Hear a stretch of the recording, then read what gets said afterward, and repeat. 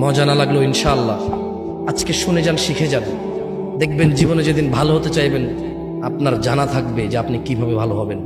যেদিন আপনার মনে হবে আল্লাহর ক্ষমার দরকার, সেদিন আপনি জেনে যাবেন কিভাবে ক্ষমা পায়।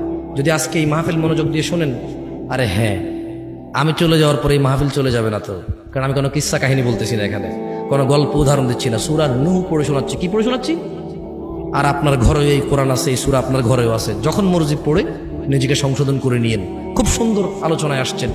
আর আমি দীর্ঘ অনেকদিন পর সূরা নূহ নিয়ে আলোচনা করছি, দীর্ঘ অনেকদিন পর।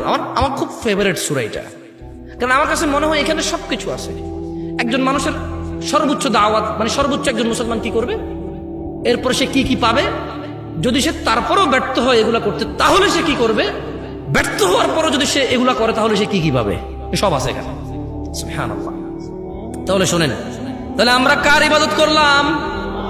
ভয় কাকে পাইলাম? অনুসরণ কাকে করলাম? এইবার এগুলা করলে কি হবে দেখেন, আল্লাহ বলছে যে يغفر لكم من ذنوبكم ويؤخركم إلى أجل مسمى إن أجل الله إذا جاء لا يؤخر لو كنتم تعلمون। ও আমার জাতি, ইবাদত করো আল্লাহর, ভয় করো আল্লাহকে এবং রাসূলের অনুসরণ করো। যদি তোমরা এই তিনটা কাজ করো, আল্লাহ তোমাদেরকে ক্ষমা করবেন। সুবহানাল্লাহ। তোমাদের যত অপরাধ আছে কে ক্ষমা করবে?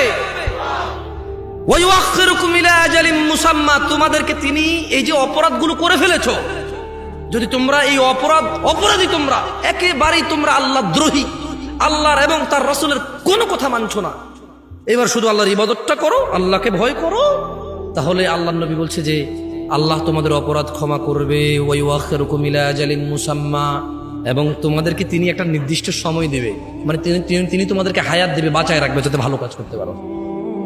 সুবহানাল্লাহ। মানে গুনাহগার হয়ে তুমি মরবা না। আর কি লাগবে? একটা মানুষ গুনাহগার হয়ে মরবে না, সে আল্লাহর ইবাদত করবে, আল্লাহকে ভয় পাবে, রাসূলের অনুসরণ করবে, তাহলে আল্লাহ তাকে সময় দিবে, অবকাশ দিবে, নির্দিষ্ট একটা সুযোগ দিবে যাতে সে ইবাদত করে আল্লাহ প্রিয় হয়ে পৃথিবী ত্যাগ করতে পারে।